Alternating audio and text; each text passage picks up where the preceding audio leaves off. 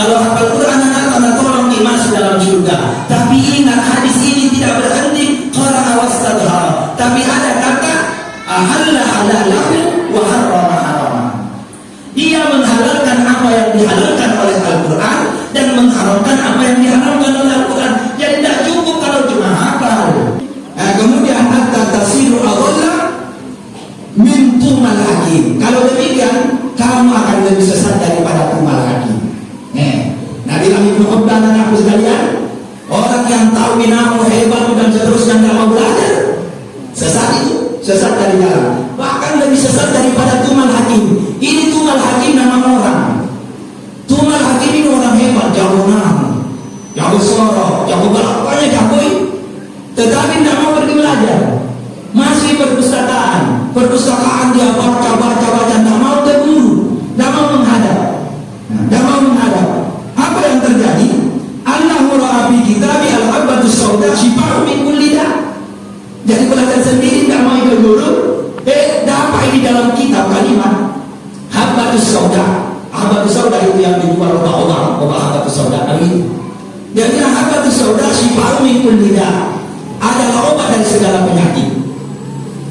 Karena dia ini tidak belajar dan kebetulan kitabnya mungkin salah cetak, sehingga tambah titiknya hayatus sauda.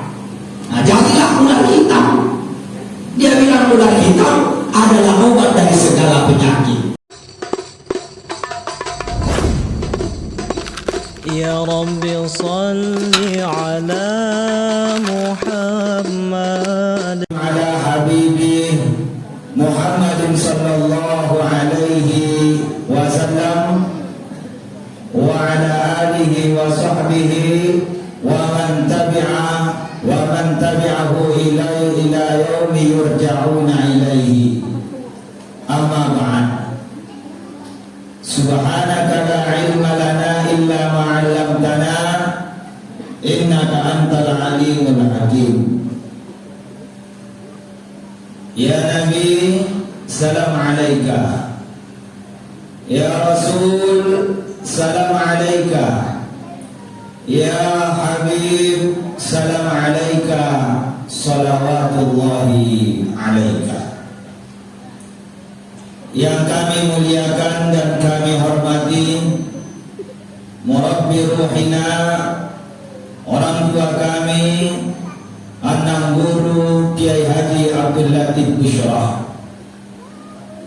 Yang kami muliakan dan kami hormati guru kami, Nang Guru Sirajuddin selaku Imam Masjid Syuhada 45 Desa Parapet. Yang kami muliakan Bapak Camat Campalagian serta Sekretaris Camat. Yang kami muliakan Bapak Kepala Desa. Yang kami muliakan seluruh ustaz yang hadir. Yang kami hormati masyarakat jamaah sekalian serta mahasantri dan santri yang hadir pada siang yang berbahagia ini. Pertama, kami mengajak hadirin sekalian untuk bersyukur atas nikmat-nikmat yang begitu banyak yang Allah berikan kepada kita. Saking banyaknya nikmat ini, Allah tidak mewajibkan kepada kita untuk menghitungnya, tetapi mewajibkan kepada kita untuk mensyukurinya. Dengan kesyukuran kita terhadap nikmat tersebut, maka nikmat akan berubah menjadi rahmat. Sebaliknya, jika nikmat itu kita tidak syukuri, maka ia akan berubah menjadi adab. Salawat serta salam terus kita kirimkan kepada Nabi Allah Muhammad sallallahu alaihi wasallam. Karena salawat kita ini adalah penerat hubungan kita dengan Rasulullah yang sekarang sudah beda alam dengan kita.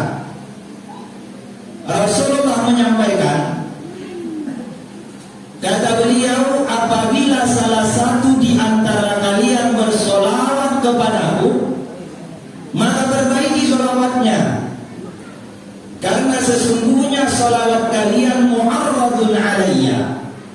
Selawat kalian itu diperlihatkan, diantarkan kepada saya. Jadi setiap di selawat anak-anakku sekalian, bapak ibu, maka Rasulullah tahu, oh iya aku selawat lagi, iya aku selawat lagi. Maka semakin banyak selawat kita, Rasulullah semakin kenal kita. Maka dari itu, orang yang aulan nasibi yaumil qiyamah, orang yang paling dekat dengan saya, kata Rasulullah, di hari kiamat adalah mereka yang aktsaruhum sholatan alayya, yang paling banyak sholawatnya. Karena kalau banyak sholawat kepada Nabi, semakin nak kenal ki. Kalau semakin nak kenal ki, maka kita semakin dekat dengan Nabi. Hadirin sekalian yang dirahmati oleh Allah Subhanahu wa taala, kita tidak bisa memungkiri bahwa Rasulullah ini adalah manusia yang paripurna, manusia yang luar biasa. Dari segi akhlak luar biasa Rasulullah sallallahu alaihi wasallam, sehingga kita diperintahkan oleh Allah untuk mengikuti akhlaknya Rasulullah.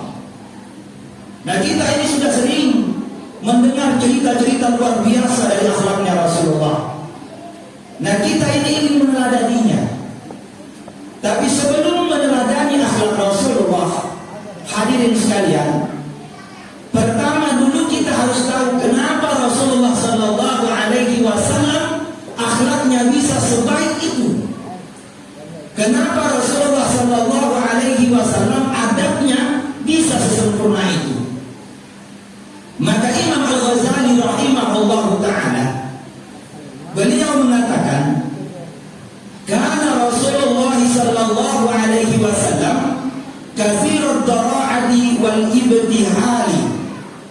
Rasulullah, beliau ini sering meratap, sering memohon, da'imas su'ali minallah, selalu meminta kepada Allah ayyuzayyinahu bima'asinil adabi wa makarimil akhlak, agar supaya Allah menghiasi perangai beliau dengan adab yang baik dan akhlak yang mulia.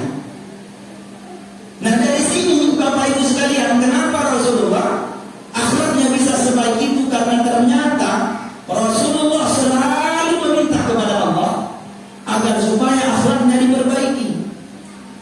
Di antara doa yang sering diucapkan oleh Rasulullah yaitu Allahumma hassin khalqi wa khuluqi.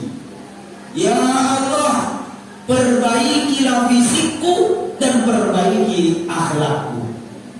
Doa lain Rasulullah juga mengucapkan, kata beliau, Allahumma jannibni munkaratil akhlak. Ya Allah, jauhkan saya daripada akhlak-akhlak yang tidak baik.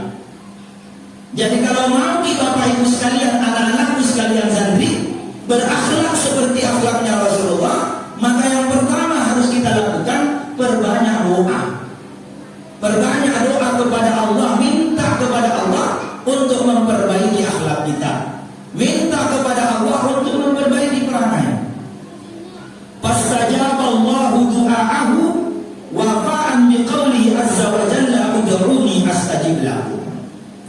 Karena Nabi sallallahu alaihi wasallam selalu berdoa, minta kepada Allah, maka Allah terima doa Rasulullah sebagai pembuktian akan sabdanya Allah, sebagai pembuktian akan wahyunya Allah, ud'uni astajib lakum. Allah itu sudah sampaikan, minta kepada saya, maka saya akan terima, maka saya akan berikan. Nah, dan Allah itu la yukhliful mi'ad. Allah tidak pernah menyalahi janji. Nabi Muhammad selalu meminta, maka permintaan Nabi Muhammad diterima oleh Allah Subhanahu wa taala. Sebagai bentuk penerimaannya Allah akan doanya Nabi Muhammad, fa anzala ilaihil qur'ana wa addabahu bihi. Maka Allah turunkan Al-Qur'an dan Allah memperbaiki adabnya Rasulullah sallallahu alaihi wasallam dengan Al-Qur'an. Jadi salah satu Bapak Ibu sekalian, tujuan Allah menurunkan Al-Quran adalah untuk memperbaiki akhlaknya Rasulullah sallallahu alaihi wasallam. Maka dari itu, fakana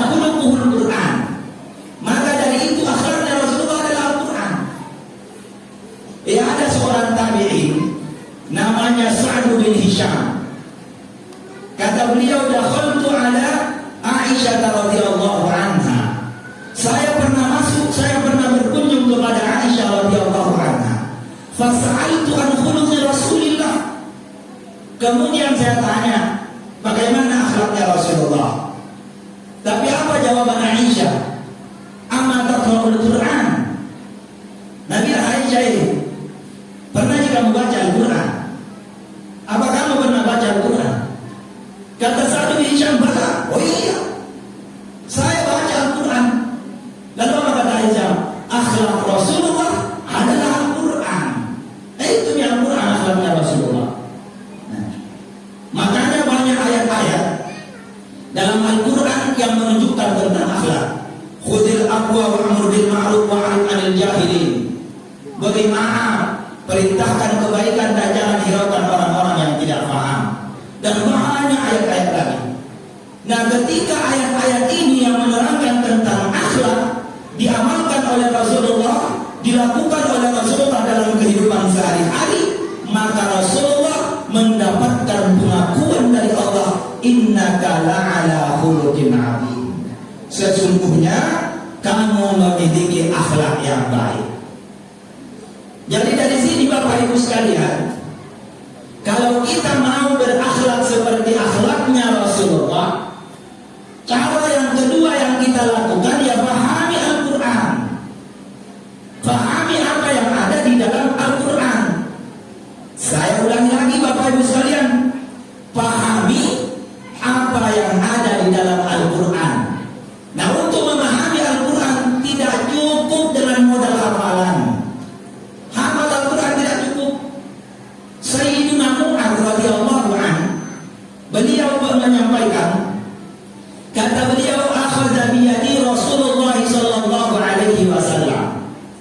Pernah Rasulullah dia pegang tanganku. Pamasyamilan, kemudian Rasulullah berjalan beberapa langkah. Jadi ini membuktikan keakrabannya Rasulullah dengan Mu'adz bin Jabal. Nah, pegang tangannya kemudian jalan. Beberapa langkah lalu Rasulullah mengatakan, ya Mu'adz, usika bi taqwallah. Mu'adz, saya berpesan kepada kamu, bertakwalah kepada Allah. Wasidqi bil hadis, dan berucaplah dengan jujur, wa tafaqquhi fil Qur'an, dan pahami Al-Quran. Nah, Rasulullah kasih tahu Mu'adz, pahami Al-Quran, bukan hafal Al-Quran, tapi pahami Al-Quran. Nah, sekarang ini fenomena yang luar biasa. Masyarakat kita, santri-santri ini hadirin sekalian, lebih tertarik hafal Quran daripada memahami Al-Quran. Lebih tertarik, orang tua juga begitu. Bahkan ada teman saya, dia mendirikan pesantren tahfidzul Quran. Saya tanya, kenapa kita mendirikan pesantren tahfidzul Quran? Nabi dan donatur tidak mau kalau bukan hafal Quran. Kalau kita tidak mau hafal Quran, baru mau. Ini perhatiannya luar biasa. Yang membuat perhatian dari mereka, dari orang-orang, untuk mensugesti orang-orang agar supaya lebih tertarik hafal Quran daripada paham Quran. Di antaranya hadis, man qara'a al-Qur'ana wa 'amila bihi. Barang siapa yang baca Quran kemudian dia amalkan apa yang ada di dalam Al-Quran, maka ulbisa walidahu tajan yaumil qiyamah. Di hari kemudian nanti orang tuanya akan dipakaikan mahkota dau'uhu ahsar min dau'is syamsi, yang kilauan mahkota itu lebih terang daripada matahari. Nah, itu biasa yang dipakai sugesti. Padahal kalau dilihat ini anak-anakku sekalian, masyarakat sekalian, ini hadis tidak ada kata-kata hafal. Yang ada baca dan amalkan. Nah, bagaimana bisa mengamalkan kalau tidak paham isi Al-Quran? Hadis yang kedua juga, ini dari Imam Ahmad dan Imam Tirmidzi. Kalau yang tadi dari Al-Baihaqi, dari Ali karramallahu wajhah. Ali karramallahu wajhah menyampaikan bahwa Rasulullah pernah berkata, man qara'a al-Qur'ana fastadharahu. Barang siapa yang baca Quran kemudian dia hafal, wa ahalla halalahu wa harrama haraman, lalu dia menghalalkan apa yang dihalalkan oleh Al-Quran mengharamkan apa yang diharamkan oleh Al-Quran, maka adkhalahullahu jannah, Allah masukkan dia ke dalam surga.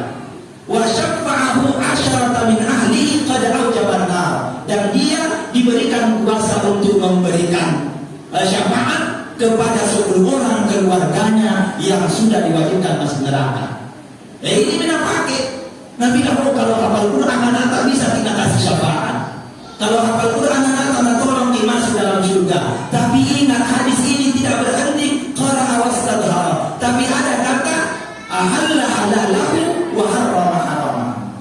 Dia menghalalkan apa yang dihalalkan oleh Al-Quran dan mengharamkan apa yang diharamkan oleh Al-Quran. Jadi tidak cukup kalau cuma hafal.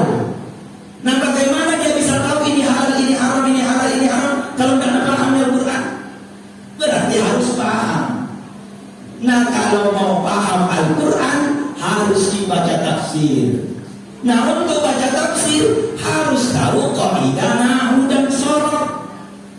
Maka Imam As-Suyuti rahimahullah ta'ala, beliau menyampaikan qad ittafaqa ulama, sepakat semua ulama, anna nahwa yahtaju ilaihi kullu fannin min furudil ilmi, bahwa nahwu ini dibutuhkan oleh semua ilmu pengetahuan, la siyama Al-Quran wal hadis.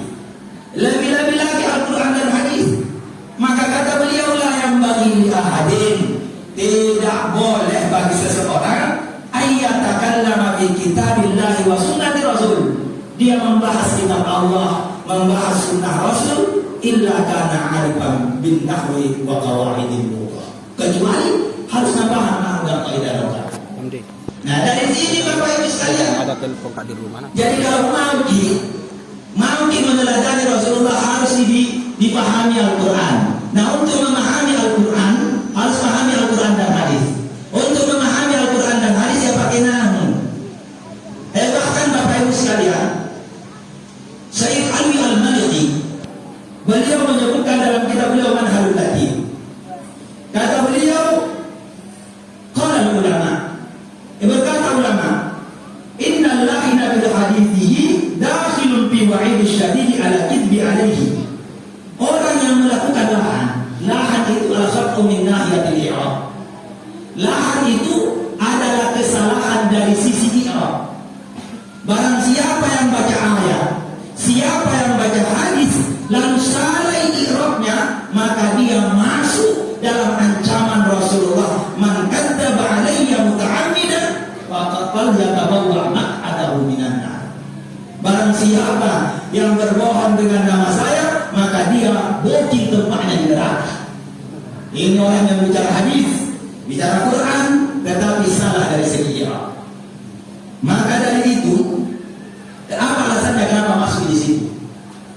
Kata beliau, di anna Nabi alam yakul yalham, karena Nabi itu tidak pernah salah i'rabnya. Nabi tidak pernah salah i'rabnya. Maka kata beliau, famahma ruwaita anhu wa la'anta bihi, maka kapan saja kamu meriwayatkan dari Nabi tapi salah i'rabmu, salah nahwu, maka kadzdzabta alaihi, bohong, kamu bohong. Maka Ibnu Shalah beliau mengatakan, hakun ala thalibil hadithi an yata'allama minan nahwi wal lughah. Wajib bagi mereka yang belajar hadis harus belajar nahwu dan sharaf. Tetapi anak-anakku sekalian, hebat mati belajar nahwu, hebat mati nahwu, hebat mati sharaf. Oh, dikuasai ini matan jurmiyah, syarah jurmiyah, mutammimah, qawaid, alfiyah, ilmuakil, dikuasai ini. Karena hebat di nahwu, hebat di sharaf, tidak mau pergi belajar. Tinggal di perpustakaan belajar sendiri, buka kitab dan seterusnya. Tidak mau menghadap ke guru. Nah, ini salah juga ini. Ini tidak benar juga begini. Kenapa?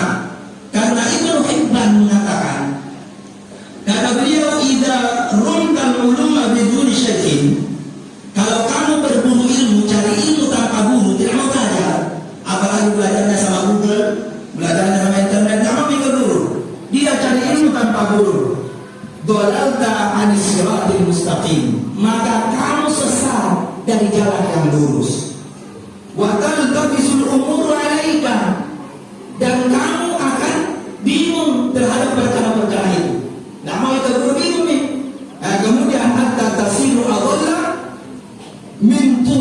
hakim. Kalau demikian, kamu akan lebih sesat daripada tumal hakim. Nah, bilang Ibnu Qutbah dan aku sekalian, orang yang tahu binamu hebat dan seterusnya nggak mau belajar, sesat itu, sesat dari jalan. Bahkan lebih sesat daripada tumal hakim. Ini tumal hakim nama orang. Tumal hakim ini orang hebat, jago nama, jago sorok, jago balap, pokoknya jago. Tetapi tidak mau pergi belajar. Masih perpustakaan dia baca, tidak mau ke guru, tidak mau menghadap. Tidak mau menghadap. Apa yang terjadi? Allahu ra'a fi kitabi al-habbatus sauda shifa'un min kulli da'. Jadi belajar sendiri tidak mau ke guru. Dapat di dalam kitab kalimat habbatus sauda. Habbatus sauda itu yang dijual obat habbatus sauda kali. Dia bilang habbatus sauda shifa'un min kulli da', adalah obat dari segala penyakit. Karena dia ini tidak belajar dan kebetulan kitabnya mungkin salah cetak, sehingga tambah titiknya hayatus sauda. Nah, jadilah ular hitam. Dia bilang ular hitam adalah obat dari segala penyakit. Maka dia pergi tangkap ular Pak dinamakan itu ular Pak Ahmadmu. Maka setelah dia makan itu ular, bisanya membuat dia buta, waqatalahu, dan membunuh dia. Nah, ini gara-gara tidak mau belajar ke guru. Hebat minamu, hebat misorok, tidak mau ke guru, mati.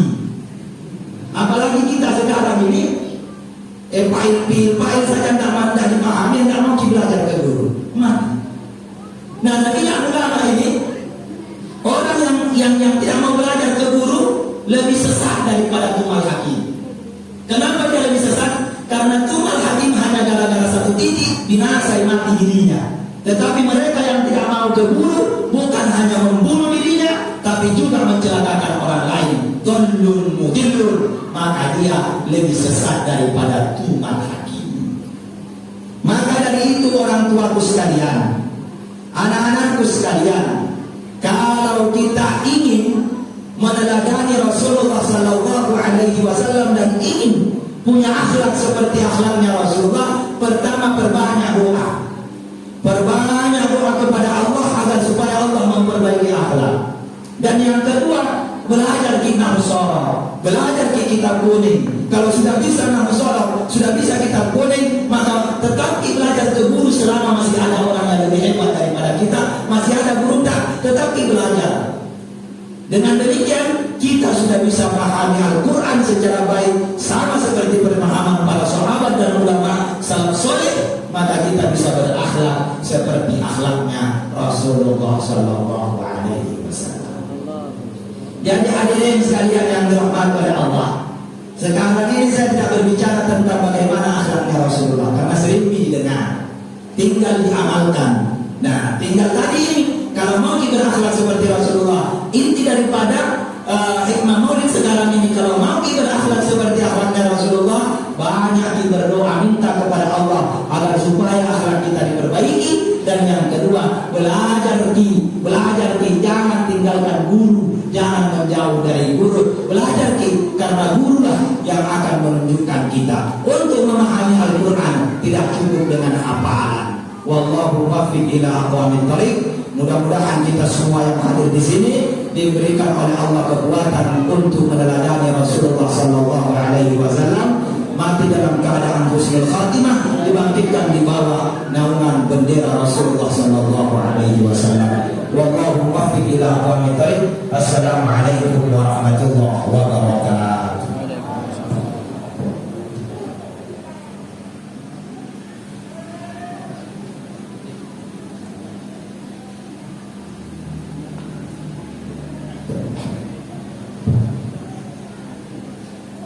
يا رب صل